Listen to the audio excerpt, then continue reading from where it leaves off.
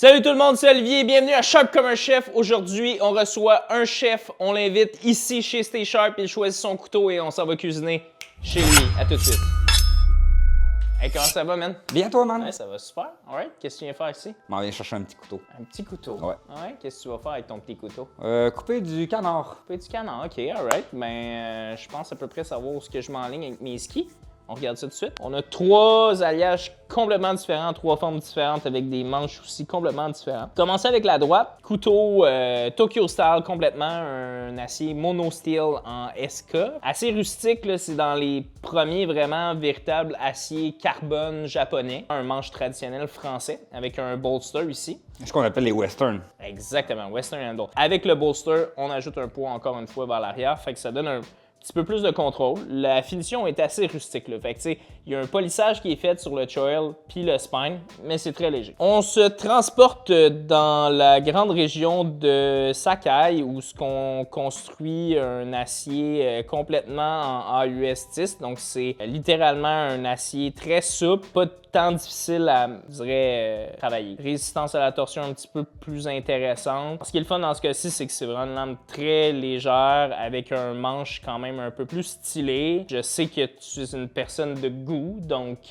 j'avais opté pour quelque chose dans ce genre-là. Ici, ben, on a une lame qui est vraiment aux deux antipodes, en carbone au centre. C'est de l'Agoami numéro 2 et c'est recouvert de stainless glass. C'est deux plaquettes d'acier inoxydable souple qui vont être soudées sur l'acier dur pour venir justement aider un petit peu au niveau de l'oxydation apparente sur l'acier, donc un peu plus facile à entretenir. On a le style western, fait un petit peu incurvé à l'intérieur. Je sais pas si tu as remarqué, mais il y a un super sexy K-tip très fin. Yes. Pour un homme de précision tel que toi, je trouve que c'est complètement adéquat. Il y a un beau fini Nashiji qui vient un petit peu distancer la friction quand tu vas trancher ton canard. Fait que je pense que aussi ça pourrait être une super belle option pour toi, là. Yes, puis tu disais plus léger, mais je le trouve plus lourd que celui-ci, justement. Ouais, effectivement, il est plus léger que celui de ta droite, même si c'est un acier mono, mais c'est vraiment le bois de Paca qui va faire une différence dans ce cas-ci, là. Ah, mais c'est des beaux choix, man. Coup de cœur visuel, c'est lui. OK.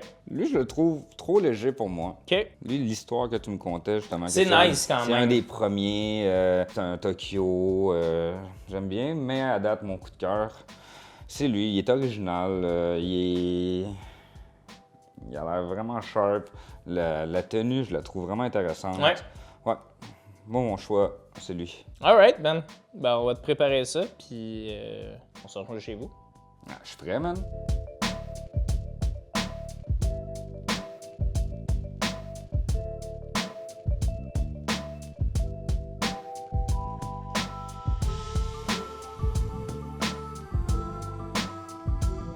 David, merci. On est dans ton humble restaurant sur Notre Schlager. petit laboratoire, oui. Ouais. Fait qu'en fait, là, on vient cuisiner ton interprétation du canard de Pékin. Ouais. Ben, parle-moi un peu du plat. Parle-moi un peu de qu'est-ce qu'on va faire, qu'est-ce qu'on mange. Parfait. Dans le fond, le concept un peu du resto, c'est qu'on change de menu à tous les mois sur deux cultures qui se répondent bien ou qui ont une connotation historique. Là, on est sur la cuisine asiatique et française. Il y avait beaucoup de plats vietnamiens à la base parce que c'est les Français qui ont colonisé le Vietnam.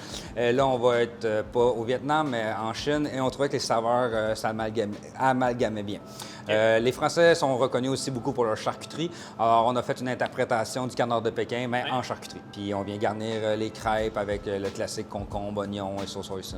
En fait, ce que je trouve intéressant à chaque fois que je viens ici, c'est qu'on est complètement ailleurs, là. On sent vraiment qu'il y a une expérience qui est complètement éclatée, là. Fait que, tu sais, ça vient un petit peu de toi aussi, là. Parle-moi, en fait, de ton expérience, puis pourquoi le flamand, pourquoi Schlager, pourquoi ça, là? Ben, le flamand en premier, c'est. Moi et mon partenaire, on se posait beaucoup de questions, chercher le nom. C'est périlleux, chercher un nom quand tu nommes pas le restaurant par le nom de rue. Moi, je me souviens à l'époque, mon ex écoutait un documentaire de flamand, puis j'avais écrit le flamand, puis ça a passé au vote, puis on a aimé ça. Puis par la suite, on s'est posé des questions. Qu'est-ce que ça peut représenter, le flamand? Moi, j'ai toujours vu ça avec la patte dans les airs de même, avec ouais. ses yeux de vélociraptor. Et je trouvais que c'était vraiment mystérieux comme oiseau. Moi, comme tu le devines, je suis le plumage rose, je suis l'extroverti, je suis le bizarre. Alors, ça représentait ça, le flamand. Puis moi, c'était aussi, nous, on voulait la démocratiser, cette gastronomie-là. On voulait que le monde, par le flamand, se dise « Ah, cool, on va se taper un hot dog Michigan. » Parce que les Québécois, quand ils s'en vont en Floride, ils mettent des petits flamands sur leur terrain, des affaires. Alors, nous, on avait comme un peu cette idéo-là. Puis là, quand elle est arrivée devant le restaurant qui est sombre, modeste, dehors, que genre le monde fige, puis il dit c'est quoi ça? C'est un restaurant ben trop gastronomique, ben trop guindé. On veut pas être sous la lumière, la vedette. Nous, le soir, c'est tamisé. On veut que qu'est-ce qui resplendit, c'est les assiettes, c'est la nourriture. On veut rendre hommage à l'alimentation. Autant que nous, notre culture, c'est que on va donner un exemple sur les protéines, on travaille juste des bêtes entières. S'il y a du cochon au menu, s'il y a des cochons qui sont rentrés ici, s'il y a du bœuf, il y a un bœuf. Et on le travaille du museau jusqu'à la queue en faisant nos charcuteries, nos bouillons, nos sauces, nos vinaigres. On fait tout de A à Z. Et on a la même vision sur les légumes. On travaille avec des maraîchers. Alors, quand tu enlèves un brocoli de la terre, si tu le laisses, il va dépérir, il va mourir. Alors, nous, on voulait vraiment donner un hommage à tout ce qu'on cuisine et le travailler à 100% de notre vision, qui était un peu éclectique, mais que quand on vient expliquer, on vient montrer que hey, ça a du sens, qu'est-ce qu'on a fait pour faire découvrir des nouvelles saveurs, des nouvelles textures, mais avec une ligne directrice.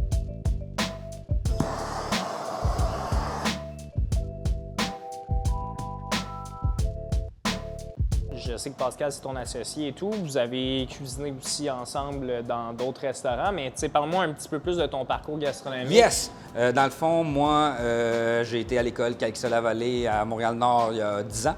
Je suis tombé après en stage au Bistrot V à Varennes avec Tony Lucier, puis il m'a engagé. J'ai fait un an avec lui.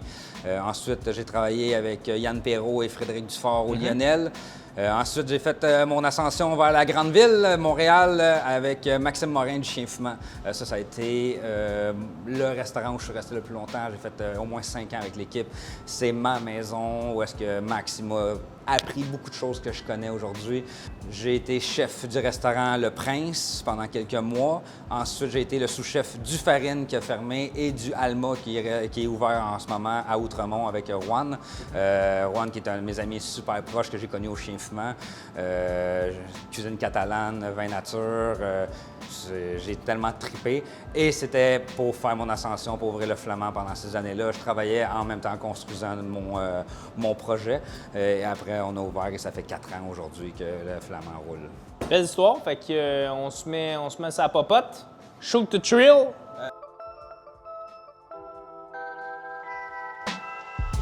Fait qu'en fait, là, ce que tu me conseilles, c'est la bouchée parfaite, I guess. Yes! Moi, dans le fond, de la manière que je réfléchis les plats, tout le monde mange à sa façon, puis je respecte ça, mais la bouchée parfaite, on a les petites crêpes. On vient mettre quelques petites tranches de canard dans la crêpe, le concombre, la peau de poulet, l'aïoli à la sauce Orson, pour venir manger et vivre l'expérience du canard de Pékin. On fait ça comme ça. Moi, si je garde, je vais faire comme toi, mais crisser ça de même, direct. Là. Ça, de même. Y a-tu le bouffe de même, là, en taco, là? Ouais. Alright. Bon appétit. Chin chin. Oh ouais, hein? Là, c'est ma face de gars de content. Ah, pareil. Alors, tu vois, tu reconnais tous les goûts si tu as mangé du canard de Pékin dans ton enfance, mais c'est une autre façon de le faire. T'as presque l'impression qu'avec la peau de poulet, le canard, concombre, que ça goûte comme un peu le bacon salé, genre. La mayo puis tout, ça fait aussi que ça enrobe un peu tout le gras là-dedans. Hein? Yes. Mais c'est chaud, froid, croquant, acide, sucré. C'est crissement bon, en fait. Comparé à plein d'affaires, il y a des bouchées que ça prend du temps avant que tout s'installe. Là, tu manges ça, tout de suite, c'est violent. Là. Tout de suite, tu le reconnais, le plat. Tu disais justement les écarts de température. Moi, c'est une des choses que j'aime beaucoup faire dans la vie. Servir du chaud, du froid, du tiède, de quoi de assaisonné, de quoi de pas. Puis l'expérience ici, quand tu prends les plats à partager, la formule dégustation, souvent j'arrive avec 2 ou 3 assiettes. On parle de la bouchée parfaite, mais c'est aussi de venir picosser dans chacune des assiettes. Parce que je t'écoutais plus, même. Ah, tu fais bien, man. Même moi, je m'écoute même plus à un moment donné. Je te parle tellement. Non, c'est parce que c'est bon. Je suis très content que tu aimes ça. Fait que, t'es ouvert du mercredi au dimanche? De 18h jusqu'à 22h.